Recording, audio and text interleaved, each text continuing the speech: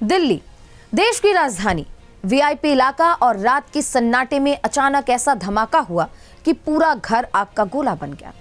नमस्कार, सुदर्शन दिल्ली देख रहे हैं आप। मैं हूं आपके साथ सुचित्रा गुप्ता।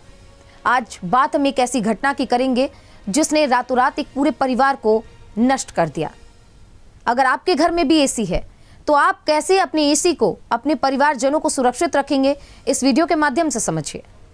एक एसी जिसे घर में गर्मी से लोगों को राहत देनी थी, लेकिन वही अगर मौत का कारण बन जाए तो फिर आगे क्या?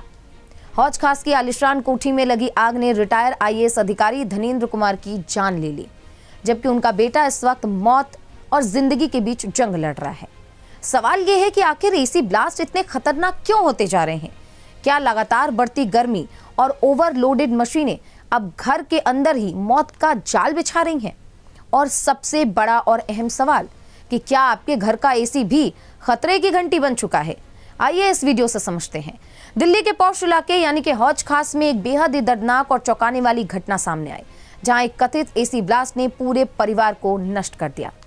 इस हादसे ने देश के वरिष्ठ प्रशासनिक अधिकारी और पूर्व आईएएस अधिकारी धनेंद्र कुमार को खो दिया है, जबकि उनका बेटा गंभीर रूप से घायल हो गया। आपको ये जानकर हैरानी होगी कि धनेंद्र कुमार सिर्फ एक रिटायर अफसर नहीं थे, बल्कि वो भारत के कंपटीशन कमीशन ऑफ इंडिया यानी कि सीसीआई के पहले चेयरमैन भी रह चुके थे। उन्होंने विश्व बैंक में भारत का प्रतिनिधित्व भी किया।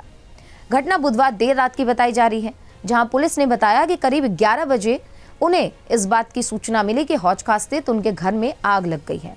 दमकल विभाग की टीम पुलिस को इन्फॉर्म किया गया, लेकिन दमकल की टीम देर से पहुंची और यही कारण था कि घर का एक बड़ा हिस्सा धुएं और आग की चपेट में आ चुका था।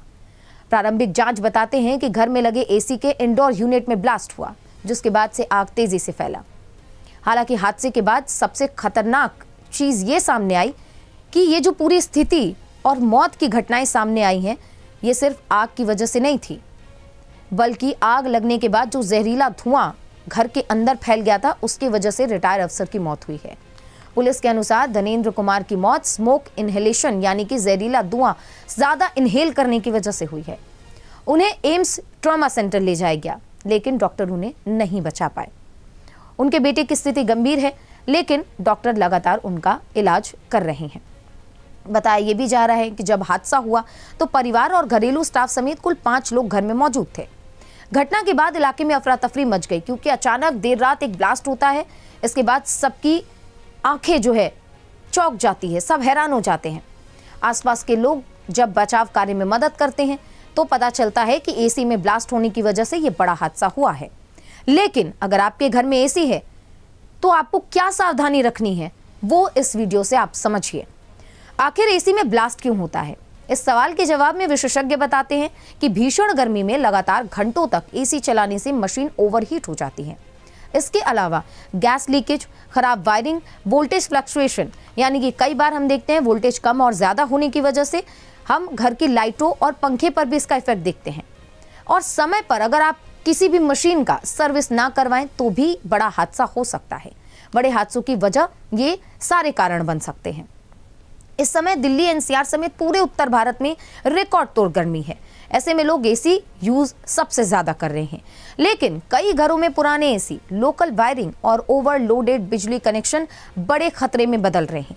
इस हादसे में एक बार फिर से लोगों के जहन में वो सवाल खड़ा कर दिया है कि क्या अगर हम अपने घरों में लगे इलेक्ट्रॉनिक उपकरणों की सुरक्षा को लेकर लापरवाही बरतें तो ऐसी घटना क्या हमारे घर भी हो सकती है? क्या सिर्फ एक छोटी सी तकनीकी खराबी पूरी जिंदगी को खत्म कर सकती है? क्योंकि यहाँ पर सिर्फ आपकी या मेरी बात नहीं है, हमसे हमारा परिवार भी जुड़ा होता है। फिलहाल पुलिस और फॉरेंसिक की टीम मामले की जांच कर रही है। वहीं इलेक्ट्रिक इंस्पेक्शन कराया जा रहा है और एसी में ब्लास्ट की असली वजह क्या थी, इसका भी पता लगाने का लगातार ट्राई किया जा रहा है।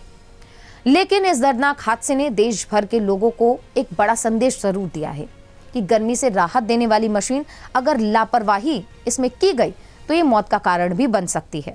इसीलिए सावधान रहिए और सतर्क जरूर रहिए। बने रहिए सुदर्शन न्यूज के साथ। नमस्कार।